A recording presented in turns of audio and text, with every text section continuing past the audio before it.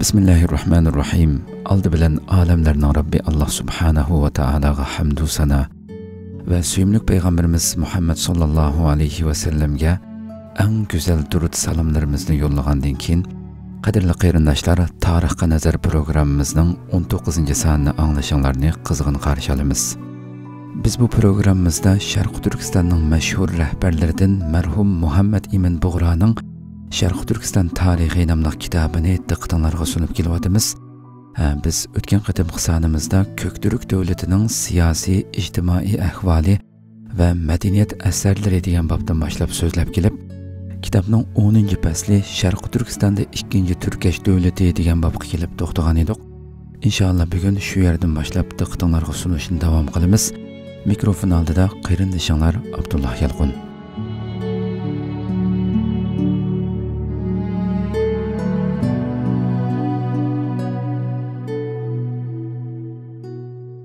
Fasıl Şarkı Türkistan'da 2. Türkeş devleti.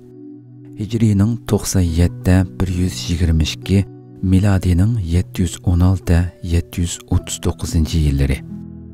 Yuqorida so'zlab o'tganimizdek Qutlug' Köktürk qag'ani qapag'an miladi 711 yili Türkeş jamiyati devletini yiqitgandan keyin bu davlat qarmog'idagi boshqa har qaysi qabilalar ayrilib to'p-to'g'ri qag'anning oliy hokimiyatiga tava bo'ldi.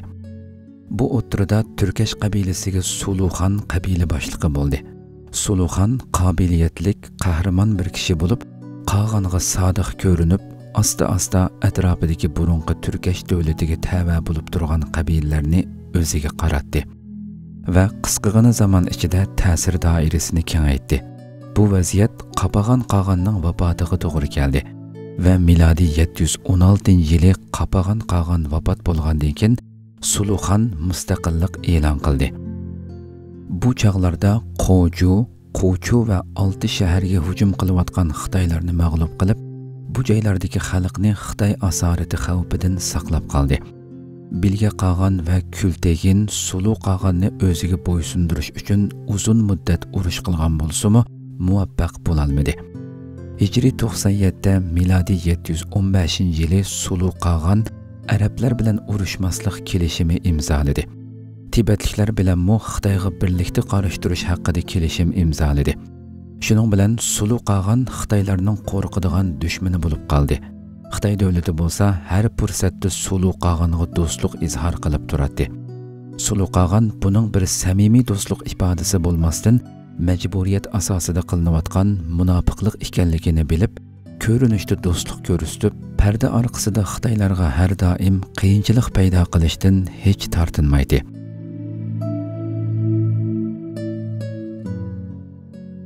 Sulu qag'anning arab askarlari bilan urushganligi. Qutaybat ibn Muslim o'ldirilgandan keyin Yazid ibn Muhallab Xuroson valisi bo'ldi. Süleyman ibn Abdülmelik'nin xalifalik zamanısında yalğuz Suğdiyana ülkesi Müslümanlarının qo'lida bo'lib, Taxariston, Farg'ona ve Toshkent qatorliq joylarning xallari hammasi Sulu qag'anning oliy hokimiyatiga qaraydi. Sulu qag'anni islom tarixlarida Xaqanut Türk, ya'ni Türklarning Xaqani deb ataydi. Yazid ibn Muhallab Türklar bilan urushmaslik betimnomasi imzolagan. Shuning uchun uning zamonasida Türklar bilan urush bo'lmadi. O çağlarda Müslümanlar Kafkaz tarafındaki Xazar degan Türk qabilasi bilan urushmoqda edi. Hicri 99 miladi 718 yili Süleyman ibn Abdülmelik'nin vafotidan keyin uning o'rniga Ömer ibn Abdülaziz xalifa bo'ldi. Bu zatning zamonasida Arab ve Türklar o'rtasida muhim bir voqea bo'lmadi. Faqat Samarqandliklar Ömer ibn Abdülazizning oldiga bir hay'at yo'llab, Qutayba bizga g'adir, haqsizlik qilib, biz taslim bo'lib itoat qilgandan keyinmi so'zida turmay bizni qatliam qilib o'ldirdi. Shaharlarimizni ko'ydirib vayron qildi. Yerlarimizni tortib oldi. Biz tortib olgan haq va huquqimizni talab qilamiz deb arz qildi. Ömer ibn Abdülaziz buni anglab Samarqand valisi Süleyman ibn al-Surhiga mundaq deb buyruq yozdi. Samarqand xalqi Qutaybat ibn Muslimning zulmi va xalqni yeridan haydab chiqarganligi to'g'risida menga shikoyat qildi. Mening bu xatimni topshirib olgandan keyin darhol qozini bularning shikoyatlarini anglab, haq qaysi tarafga bo'lsa, ya'ni kimning degani to'g'ri bo'lsa, shu tarafning foydasiga hukm qilishga amr qilasan. Agar Samarqandliklarning degani to'g'ri bo'lsa, Qutaybat ibn Muslim g'alaba qilishdan ilgirki yerlarini qaytarib berib, o'z askarlarini turg'izinglar. Sizlarmi darhol shu chog'dagi askargohinglarga chekinib chiqinglar, deb buyruq yetib kelgandan keyin vali Samarqand qozisini bu buyruqni ijro qilishga tayinladi. Qozi Samarqandliklarmi, arablarmi oralaridagi butun sulhiy kelishimlarni bekor qilsin va burunqi askargohlarga chekinsin. Undan keyin sulhiy qilsin yoki urush qilsin deb hukm qildi. Samarqand va butun Sug'diyona o'lkasining kattalari bunda qilganda cho'qim urush bo'ladi va urushning natijasining nima bo'lishini hech kim bilmaydi. Agar arablar g'olib bo'lsa, bizga yangidan dushmanlik qilishga boshlaydi. Beshimizga texmi cho'ngroq baloyi ofat keladi degan tushunchaga kelib, shikoyatlaridan voz kechdi va talash tortishni to'xtatdi. İslam tarixchilari Umar ibn Abdulazizning bu adolatli hukmini dunyoda misli ko'rilmagan bir adolat deb baho beradi. Haqiqatan shundoq bo'lsa-mu, Sug'diyona turklariga bu adolatning bir foydasi bo'lmadi. Umar ibn Abdulaziz vafot bo'lgandan keyin Hijriy 101, milodiy 719-yili turklar arablarga bo'ysunishni tashlab, butun Sug'didagi arab askarlarini haydab chiqardi. Buni anglagan Xuroson valisi Sayyid al-Harishi nihoyatda cho'ng bir qo'shin bilan kelib, turklarni mag'lub qildi. Qatliam elib berib, shaharlarga o't qo'yib vayron qilibdi. Sug'd xalqi tugab ketishga oz qoldi. Bir qismi Sharq Turkistonga qochdi. Sulu qolgan Sug'diyona turklarining beshiga kelgan bu hodisani anglab, ularga yordam berish uchun Hijriyning 103, milodiy 721-yili Samarqandga hujum qildi. Arablar bilan bir qancha qitim urush qilgan bo'lsa-mu, mag'lub bo'lib qaytdi. Hijriy 106, milodiy 725-yili Muslim ibn Said qo'mondonligidagi arab askarlari Farg'onaga hujum qilib, Xo'jand shahrini oldi. Buni anglagan Sulu qolgan talasdan yurish qilib, Muslim ibn Saidni mag'lub qildi va Xo'jandni tortib oldi. Xo'jand atrofida bo'lgan urushda Sulu qolganning askarlari Muslim ibn Saidni askarlari bilan qo'rshovga olgan. Arablar ular tirilishiga qaramay qaytarma hujum qilib, qo'rshovni yerib qochdi. Hijriyning 108-yili Xuroson valisi Asad ibn Abdullah al-Qasri Amu daryodan o'tib, Mavaraun nahrida cho'ng bir askariy harakat boshlamoqchi bo'ldi. Buningga qarshi Sulu qolgan yetib kelib, Asadga qattiq zarba berdi va arablar orqaga chekindi. Qolganmi qaytib ketdi. Shu arada Asad ibn Abdullah valilikdan elib tashlandi va uning o'rniga Ashras ibn Abdullah vali bo'ldi. Ashras vali bo'lgandan keyin Abu Said Aslah ibn Tarif ismli mashhur diniy olimni Mavaraun nahriga turklarni islomga da'vat qilish uchun avatdi. Aslah ibn Tarif xalqqa islomning haqiqatini ochiq bayonlar bilan tushuntirib tabliq qildi. Bu da'vat natijasida turklar islom dinining haq bir din ekanligini, insoniyatga baxt, saodat va kamolatga yetishning yo'lini to'liq ko'rsatib beradigan din ekanligini tushunib, intayin zo'q-shuq bilan musulmon bo'lg'ili boshladi. Har yerda masjidlar selindi, Qur'on o'qish va shariat hukmlarini o'rganish boshlandi. 2 yil ichida Sug'diyona xalqining ko'pchiligi musulmon bo'ldi. Shariatga asosan musulmon bo'lganlardan jizya elinmadi. Natijada xalifalik markazi Shamdagi xazinasining kirimi birdan ozlab ketdi. Shuning bilan xalifalikning moliya idorasidagilar qattiq andishiga tushdi va vali Ashrasga mundaq deb buyruq yo'lladi. Moliyaning kirimi ozlab ketdi. Musulmonlarning kuchi iqtisodga bog'liq. Anglashimizcha Sug'diyon va boshqa yurtlardagi jizya to'lash majburiyati bo'lganlar, musulmon bo'lmagan fuqarolar o'z qizg'inligi bilan musulmon bo'lmay, faqat jizya berishdan qutulish uchun musulmon bo'lganmish. Siz bularni tekshirib chiqib, xatni qilgan, butun farzlarni ado qilgan va Qur'onni yod olgan kishilardan jizya olmang. Undan boshqalardan biz musulmon deganiga qaramay hammasidan jizya eling. Bu buyruqni topshirib olgandan keyin amaldorlar turk musulmonlardan jizya talab qilg'ili boshladi. Turk musulmonlar bo'lsa jizya berishni rad qildi. Aslah ibn Tarif o'tirg'a tushib, musulmonlardan jizya olmoq shariatga xilof deb e'lon qildi. Amaldorlar buningga parvo qilmasdan zo'rlik bilan jizya elishdi chang turdi. Shuning bilan Aslah ibn Tarif haqiqat tarafdorlari bir qism arablar va musulmon turklar birlashib hukumatga qarshi isyon ko'tardi. Valining Samarqanddagi vakili hiyla mikr ishiltib Aslah ibn Tarif va uningga ergashgan arab va turklarning kattalarini tutib qamadi. Bu nahaqchilik va zulmga taqat qilolmagan butun Sug'diyonadagi turk musulmon va g'ayri muslim turklar birlashib Sulu Qag'andan yordam talab qildi. Hijrining 110, milodiy 728-yili Sulu Qag'an nihoyatda cho'ng bir qo'shin bilan G'arbiy Turkistonga kelib, Farg'ona, Toshkent qatorliq Sug'diyon turklarini o'z bayrog'i ostida birlashtirib, arablarga qarshi urush e'lon qildi va butun Sug'diyona o'lkalarini ishg'ol qilib, arablarni haydab chiqardi. Buni anglagan Ashras Marvidin yurish qilib, Amil shahri yanida Amu daryosidan o'tdi. Sulu Qag'anmo yetib kelib, urush boshlandi. Ashrasning askarlari mag'lub bo'lib chekindi. Yana kuch to'plab qayta hujum qilib, bu qitim Qag'anni mag'lub qilib, Baykent shahrini ishg'ol qildi. Turklar Ashrasni Baykentda muhosiraga oldi va shaharga kiradigan suvni to'xtatib oldi. Arab askarlari suvsizlikdan o'lgili boshladi.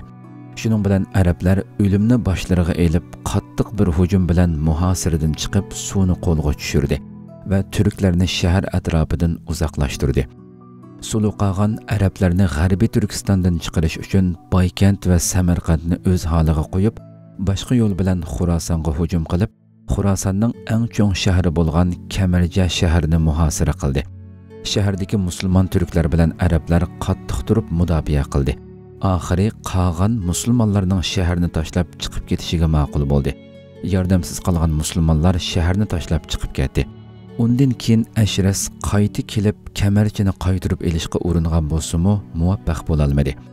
Kamarchi shahrini betaraf shahar deb e'lon qilib, asirlarni almashtirib, har ikki taraf o'z markazlariga qaytdi.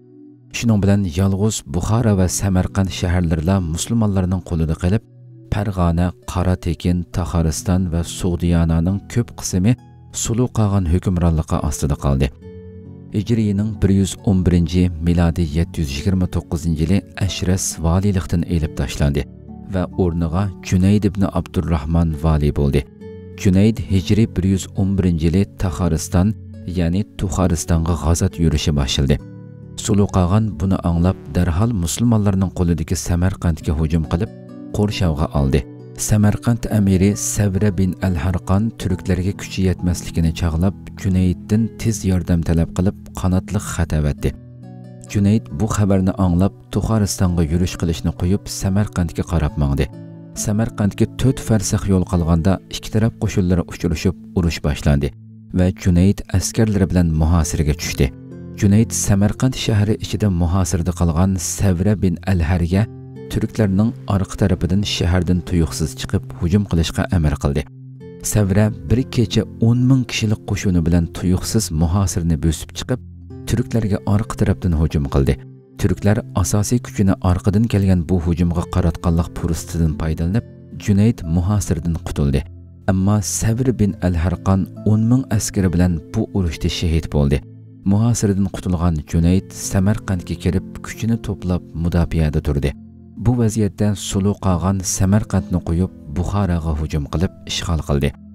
Junayd Samarqandni tashlab, o'zi sog'-salomat chiqib keta olishi uchunmi va yoki Samarqandda turib Qag'anga qarshi mudofaa urushi qilishdimi, turklarga kuchi yetmay, butunlay tugishib ketadiganligiga ko'zi yetib, Xurosonga orqama-orqa odam avatib yordam talab qildi. Bu yordam kelgandan keyin Junayd Samarqanddan chiqib, urushib turib chekinish taktikasini qo'llanib, Xurosonga qarab mangdi. Qag'an uning orqasidan qo'g'lab zarb berish uchun turk xonlaridan birining qo'mondonligida zo'r bir qo'shin yo'lladi. Har ikki taraf qo'shinlari tar bir chilg'ida uchrashib, shiddatli to'qinishdi. Urushda turklarning qo'mondoni o'lganlikdan turklar parakanda bo'lib mag'lub bo'ldi. Shuning bilan Junayd Xurosonga qochish u yoqda tursin, orqasiga yenib hujum qilib, Buxoroni tortib oldi. Sulu Qag'an Talasga qaytib ketdi. Xurosondagi arablar Turkesh Qag'ani va Junayd o'rtasidagi bu urushda g'olib bo'lganlardan faxrlanib, bu urushni Yawmush Sha'b muharibasi deb atadi.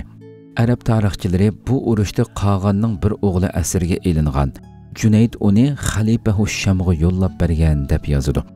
Bu urushdan keyin Xurosonda ichki qalaymaqonchiliklar chiqib, o'z ishi bilan bo'lib qolgan arablar Mavaraun nahriga tajovuz qila olmadi. Sulu Qag'anmi 6 yilga qadar tinch o'tdi.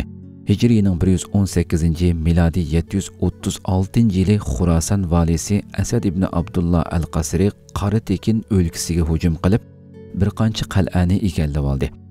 Sulu Qag'an darhol yetib kelib, Asadni qattiq mag'lub qildi. Asad qilishdan eshib qolgan bir qism islom askarlari bilan qochdi va Amu daryosidan o'tib Baliq shahrida to'xtadi. Sulu Qag'an Asadni qo'g'lab Amu daryosidan o'tdi va Baliq shahri yaqinlaridagi ikki qitimliq urushda islom askarlariga ig'ir zarb berdi. Keyincha Qag'an Amu daryosi bo'yida mudofaa qismlarini qo'yib, o'zi Talasga qaytdi. Bu urushlar natijasida Buxoro va Samarqand shaharlari arablarning qo'lidan chiqib ketdi. Buning bilan butun Mavaraun Nahr va Tuxariston, ya'ni Badaxshon va Qatag'andan iborat turk yurtlari Sulu Qag'anning hokimiyatiga tava bo'ldi. Mana bu Turkesh davlatining eng kengaygan va gullangan davri bo'lib hisoblandi.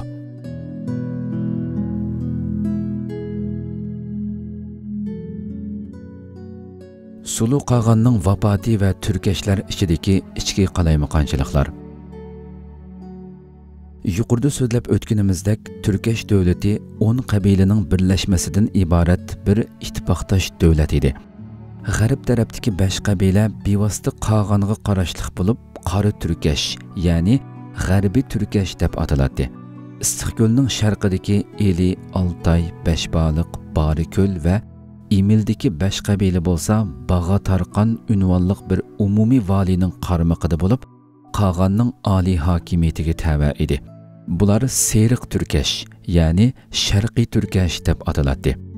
Sulu Qag'an miladi 736-yili Mavaraun Nahr urushlari bilan bo'lib, Qag'anliq markazidan uzoqlashgan kunlarda Seriq Turkeshlarning umumiy valisi Ko'lchur Bag'a Tarqan xeli nupuz paydo qilib, Qag'anliq taxtini qo'lga olish havisiga tushdi va maxfiy holda Seriq Turkeshlarini atrofiga yig'ishga boshlagan edi. Hicrining 121-yili, miladi 738-yili Sulu Qag'an Mavaraun Nahr urushidan g'alaba bilan butun G'arbiy Turkistonni ishg'ol qilib qaytib kelganda, Ko'lchur Bag'a Tarqan ko'rinishda Qag'anni ziyorat qilish maqsadida, lekin fursat topsila Qag'anni yo'qotish niyati bilan yeniga ishonchlik askarlarini elib To'qmoq shahriga keldi va Qag'anni ziyorat qildi. Bir qancha kunni o'tkazib o'tib, bir kecha o'z odamlari bilan tuyuqsiz bosqin qilib Qag'anni o'ldirdi. Islom tarixlarida Xurason valisi Asad Sulu Qag'anning o'ldirilishidan iborat arablar uchun nihoyat muhim bo'lgan bu voqeani darhol xalifa Hushamga ma'lum qilganda, xalifa bu kuchlik dushmandan qutulganligiga xo'sh bo'lib, shukron sajdasi qilganligini yozadi. Sulu Qag'an o'ldirilgandan keyin Qora Turkeshlar Ko'lchurga qarshi urush e'lon qildi. Shuning bilan Qora va Seriq Turkeshlar o'rtasida shiddatli urush boshlandi. Bu fursatdan foydalanib, Xitoylar Ko'lchurga yordam berish bahonasi bilan Sharq Turkistonga nurg'un askar kirgizdi. Xitoy yordami bilan Ko'lchur Bag'a Tarqan Qora Turkeshlarini mag'lub qilib bo'ysundirdi va miladi 739-yili o'zini Turkesh Qag'ani e'lon qildi. Sulu Qag'anning o'limi bilan Turkeshlar ichida chiqqan qalaymaqonchilikni fursat deb bilgan Xurason valisi Asad ibn Abdullah miladi 737, Hijriy 119-yili Qora Tekin o'lkasiga hujum qilib, bir qancha qal'ani qo'lga tushirdi. Natijada Qora Tekinning askarlari mag'lub bo'lib qochdi. Arab askarlari oldiga uchirgan har insonni asir elib, ko'zi ko'rgan har narsani o'lja elib mangdi. Ko'plagan xalq Sharq Turkistonga qochdi. Bu voqeadan keyin Asad valiylikdan elib tashlandi. O'rniga Nasr ibn Sayyar ismli kishi vali bo'ldi. Nasr ibn Sayyar Tuxariston va Mavaraun Nahr xonlari bilan ko'p urushdi va bularning hammasida g'olib bo'ldi. Miladi 743, Hijriy 125-yilgacha butun Taxariston, Sug'diyon, Qora Tekin, Farg'ona va Toshkentdagi turk xonliqlarini Arab islom davlatiga jizya berish sharti bilan bo'ysundirdi. Nasr ibn Sayyar Xurosonga vali bo'lib, turk yurtlariga besib kirgan arab valilarining orasida insofliq va dindorroq bo'lgan bir kishi edi. G'arbiy Turkiston xonlarining jizya to'lab bo'ysunishlariga qanoat qilib, ularning boshqa mol-mulklariga qo'l uzatmadi va turklarni o'ziga do'st qildi. Buning zamonasida islom olimlari Mavaraun Nahrga ko'plab kelib, turklarni payg'ambar alayhissalomning tutgan yo'llariga muvofiq yaxshi tabliğ va ilmiy yo'l bilan tarbiya berib, islomni tushundirdi va islomga da'vat qildi. Natijada turklarning ko'p qismi musulmon bo'ldi.